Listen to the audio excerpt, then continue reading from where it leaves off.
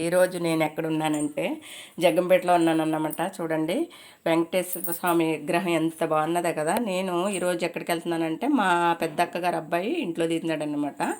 అక్కడికనేసి వెళ్తున్నాను. వెళ్తా గిఫ్ట్ తీసుకుందామని జగ్గంపేటలో ఆగామన్నమాట. ఆగితే అక్కడ వెంకటేశ్వర స్వామి విగ్రహం ఎంత బాగుందండి బాబు, చాలా బాగుంది.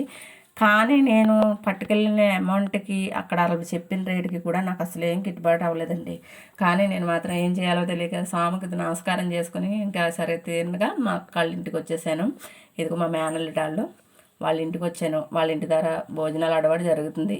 మా మేనల్లుడాళ్ళు, హాయ్ అత్తయ్య గారు, ఇంత లేట్గా వచ్చారేంటి అంటే, బాబు మీరు ఇచ్చిందే దూరంగా ఇచ్చారు, నాకు ఎక్కడో ఏజెన్సీలో పడేసి నేను దూరం ఇంత లేట్గా వచ్చానంటే ఎలా కుదురుతుందిరా అంటే, మామీని బండి మీద తీసుకురమ్మనాలి కదా అనేసి ఒకరు ఎటకరాలు ఆడుతున్నారన్నమాట.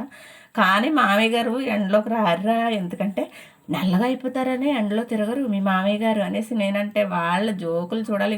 వీళ్ళందరూ మా అక్కలు అన్నమాట. మా పెద్దనాన్న వాళ్ళ ఇంటికి వచ్చాము ఇప్పుడు. ఇది పూర్వం ఇల్లు అన్నమాట, పెద్ద ఇల్లు. కానీ చూడండి, మా పెద్ద వదిన, మా పెద్ద అన్నయ్య, మా అమ్మ, అలాగే రెండో అన్నయ్య వస్తున్నారు చూడండి, మా అక్క ఇక్కడ. తర్వాత వీళ్ళెవరంటే మా రెండో అన్నయ్య అనమాట.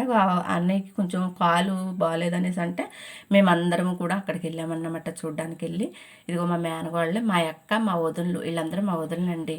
చూడండి, ఇలా మా వదులు మాత్రం తీసేస్తున్నారు మేడం గారు అనేసి అంటున్నారు అనమాట. సరే అలాగనేసి పాపం వెళ్ళామంటే, మనం వెళ్ళామంటే కనుక ఒక ఇంటికి వెళ్ళి ఒక ఇంటికి నుంచి చక్కబెట్టేసి రావండి. అన్ని ఇళ్ళు చక్కబెట్టాలి. చక్కబెట్టేసిన తర్వాత ఇదిగో ఇలాగా మనం పట్టుకెళ్ళి గిఫ్ట్ ఇచ్చేస్తాం. మా అక్క నేను కలిపి మనం పట్టుకెళ్ళి గిఫ్ట్ ఇచ్చేస్తాం. సరే అండి, వీడియో కనుక నచ్చితే